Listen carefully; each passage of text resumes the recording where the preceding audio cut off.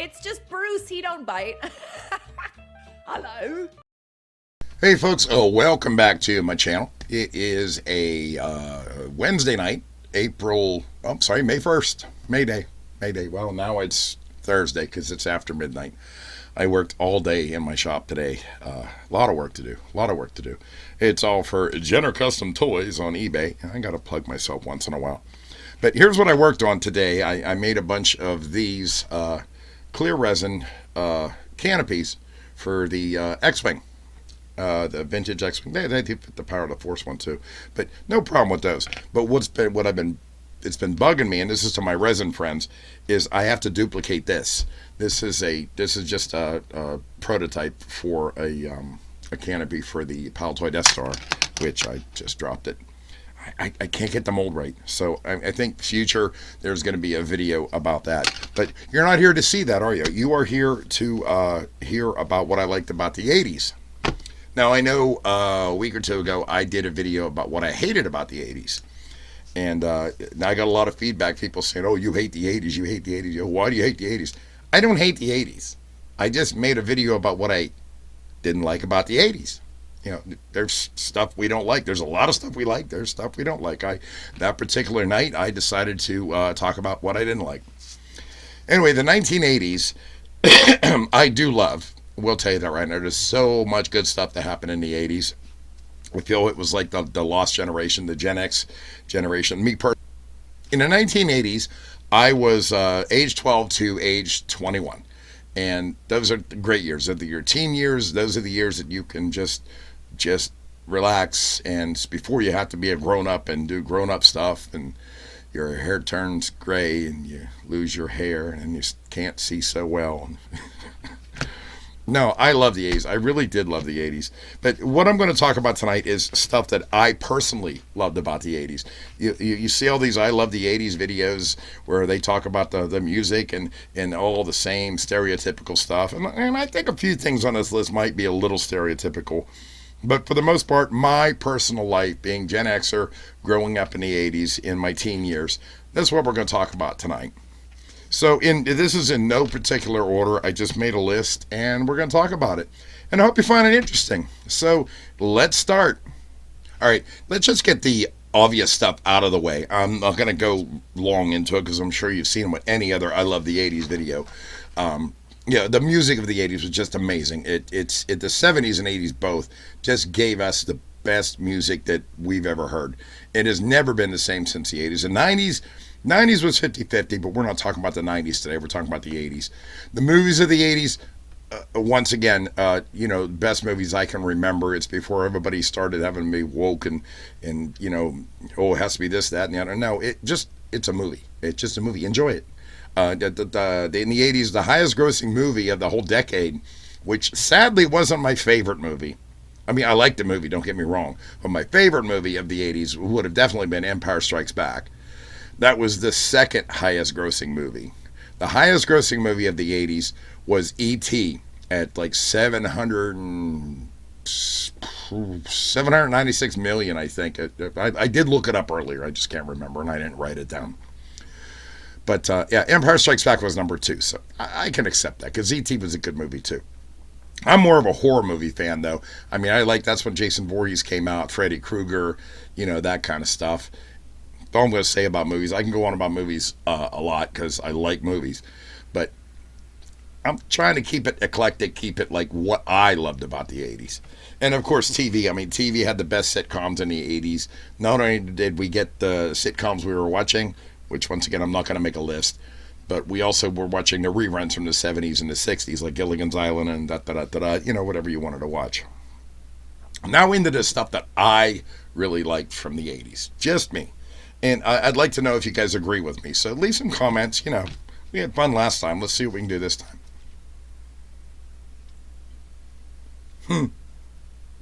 It's Mountain Dew. Using a green screen, so no product placement. But yeah.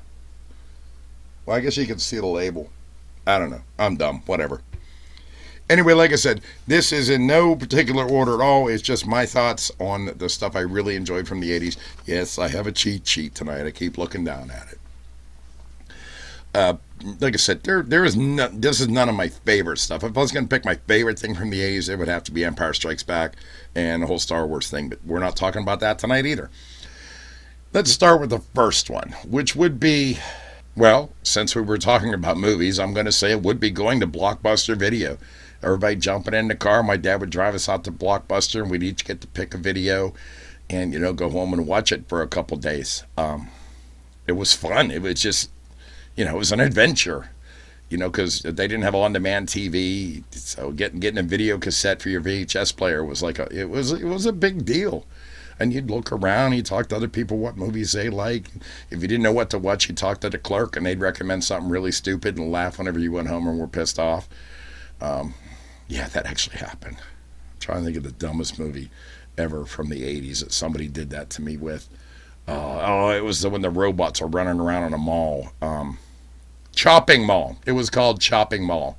Yeah, the clerk talked us into getting it, and it was a stupid-ass movie. And it was...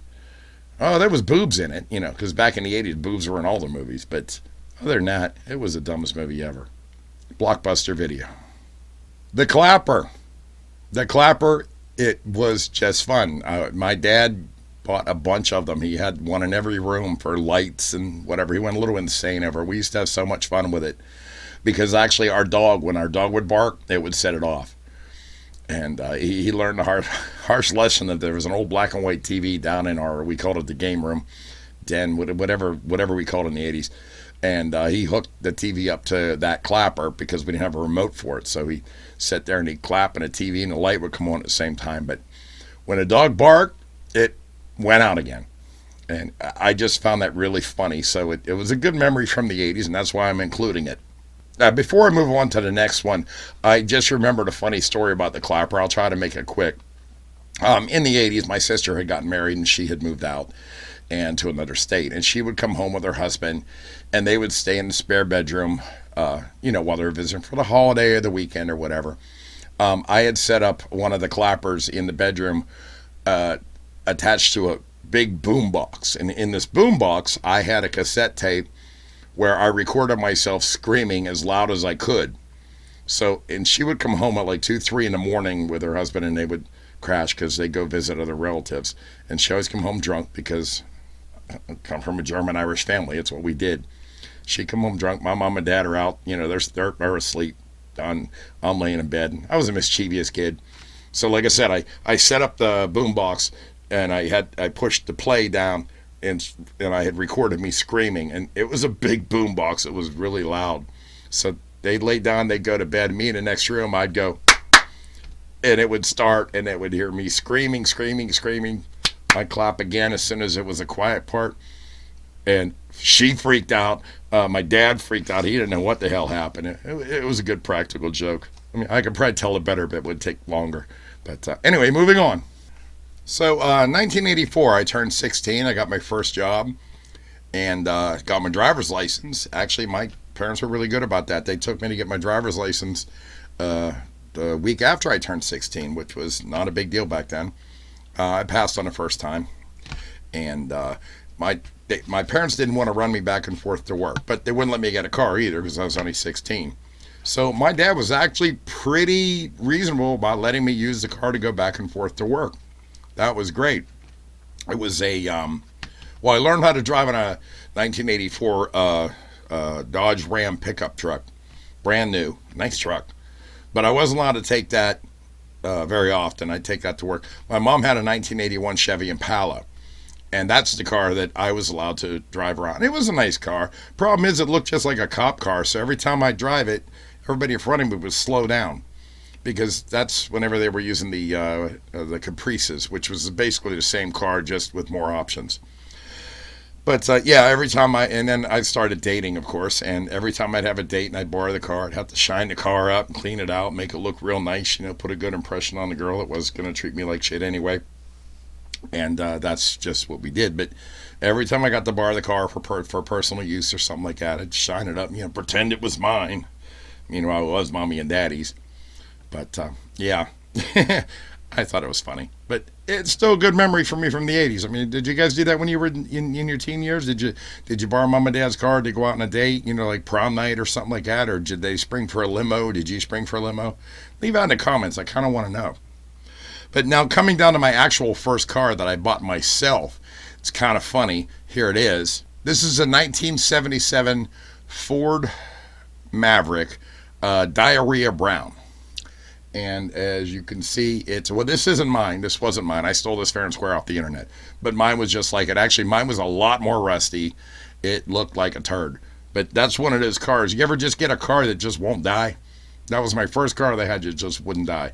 I was working at Cedar Point at the time. It was during the summer of after college, and I just had enough of bumming rides off people and having my parents have to come get me. So I spent a whole $350 to get a car just like this one. And, it was fine. I drove that all summer, ran into town, got booze. I was like, big dude, big deal, because I was one of the few people up there who actually had a car.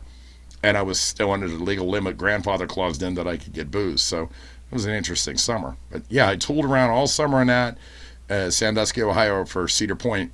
At the end of the year, or the end of the season, I drove that piece of shit the whole way back to Pittsburgh. Can't believe I made it. Really can't believe I made it. Pulled into my dad's driveway because, that's where I'm going to stay. Oh, he lost his mind. He lost his mind. He didn't want that in the car. He didn't want that in the drive. He didn't want, we're junking that tomorrow. We're junking that tomorrow. Looking back, he was right. But, your first car is your first car. I mean, look at that old episode of the Brady Bunch when Greg Brady came home with that hunk of junk. He just thought it was amazing. I kind of felt the same way about that Ford Maverick. So anyway, he made me junk it the next week. And then the 1981 Impala I told you about that my mom had, he sold that to me for $2,000. And that was a nice car. And that was a pretty good deal for that car back then. So, that, like I said, that's another thing that I really, really liked about the 80s was having that car. I drove that car around I was 87. I drove that around from 87 until about 92 whenever I just finally said, the hell with it, and I bought myself that's the 90s. We're not going to talk about the 90s. No. Let's move on. Okay, what I want to know, does anybody recognize this ad right here? If you're a Gen Xer, I know you recognize it. It's the Columbia House record special. Back then it was records and 8-track tapes. It was just starting into cassettes. You get what this one says, 13 records or tapes for a penny. And then you get signed up for this club and everything like that. And it ended up being a scam. But how many of us did this and never paid for it? I mean, I'm one of them. I never paid for it. They kept sending bill after bill after bill. I never paid anything. And I have a lot of friends that grew up in the same area. They didn't do it either. Well, then it ended up being a scam. And the government stepped in and ended them. So none of us ever have to pay this money back, ever. I just read a big article about it in, I think it was one of the news type sites, one of the newspapers. I think it was the New York Times. Oh, I'm not really sure. Shit, I should have my sources better. But yeah, we all had Columbia House. We all had all these free records, 8 tracks, and cassettes, and we never paid for them. I never paid for mine. Did you pay for yours? Let me know. Now, I live in Western Pennsylvania, and at the time I was living in Greensburg, Pennsylvania, and we had 2 malls. We had a Greengate Mall, which they tore down a long time ago, and then they built Westmoreland Mall, which I don't have a picture of that right now. Greengate Mall was a mall we had in the 70s growing up, and in the 80s it kind of turned into the crappy mall. Everybody wanted to go to Westmoreland Mall because it was brand new. But Greengate Mall is where we used to go. It had a movie theater in the back. Oh, what movies are playing in that? I want to look. I didn't look before I got the picture. Okay, the movies playing in this particular picture would have been Tom Hanks' The Money Pit, Down and Out in Beverly Hills. That was a pretty good movie. Alan Alda, Sweet Liberty. Well, that movie sucks. But I was just curious what was playing when they took this picture. But I've seen all the Star Wars movies in this. I'm just going to get rid of this right now. It's just a picture of a billboard. Don't actually have a picture of the mall. But yeah, going to the mall was like a big deal. I liked the movie theater, of course. When I was a really little kid, which, that's 70s, I shouldn't mention it. Okay. All right, I was the paper boy. I was the one that delivered all the papers to all the stores in the mall. We're not talking about that there. We're talking about the malls in the 80s, which, I mean, that was where we would go. That was our Facebook. because we didn't have Facebook. So we would go to the mall, walk around, meet our friends, hang out, getting a little bit of trouble, start fights, just normal stuff like that. I wasn't really a mall rat. I didn't go all the time. But when I did, I used to have fun. I'd drive up there once in a while with my friends, and we'd park in a parking lot with our cars all shined up. Whether it was my dad's car that I shined up myself just so I could look cool. It's just what we did. We did go to the arcade, and the arcade in that mall was called Tilt. And I'm going to actually skip ahead to add that to this right now.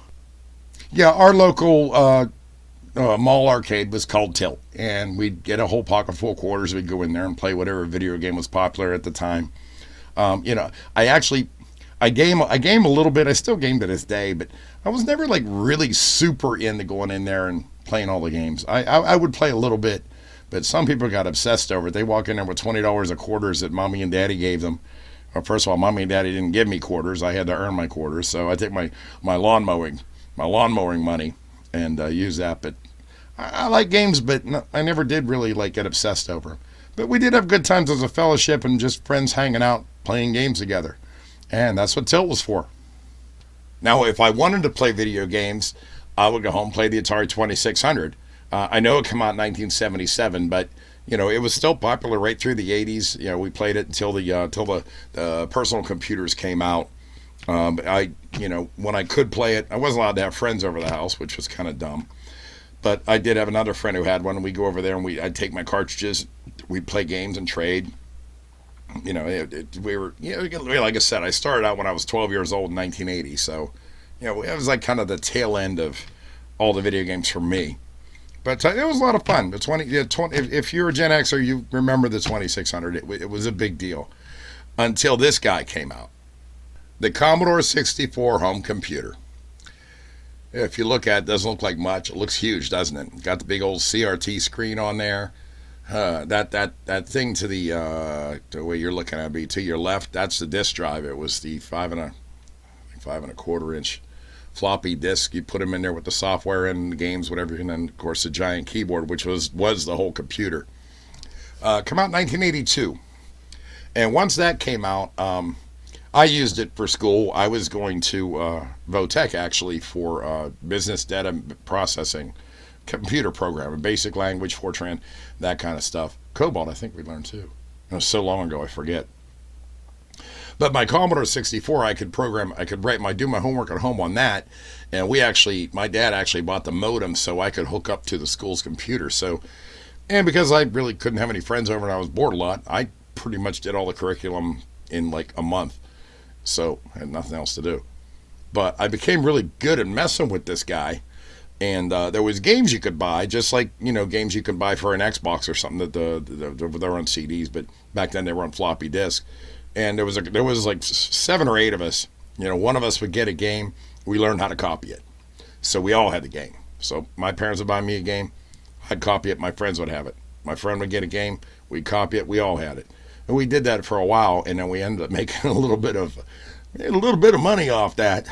Going to school, actually made quite a bit of money off. It's probably my first hustle I've ever done. But pirating software. But statute of limitations is up on that, so you can't do nothing about it. But yeah, Commodore 64 was fun. It had a lot of games. It was very versatile, and it was like cutting edge at the time. So yeah, we had that. Next up, well, let's see what we have. Well, we're going back to 1981 when Cassandra Peterson decided to unveil her new character, Elvira, Mistress of the Night. And, oh yeah, so many people went nuts over her. She was an overnight success. It started on a small Los Angeles TV station, and next thing you know, it was all over the place. I adored Elvira. I still do to this day. And then when you had to wait a little while to see her without her makeup, and even without her makeup, she's adorable. She's 72 years old this year. 72 years old. And I'm sure that was a lot of childhood crushes. I know it was for mine and a lot of the friends that I grew up with.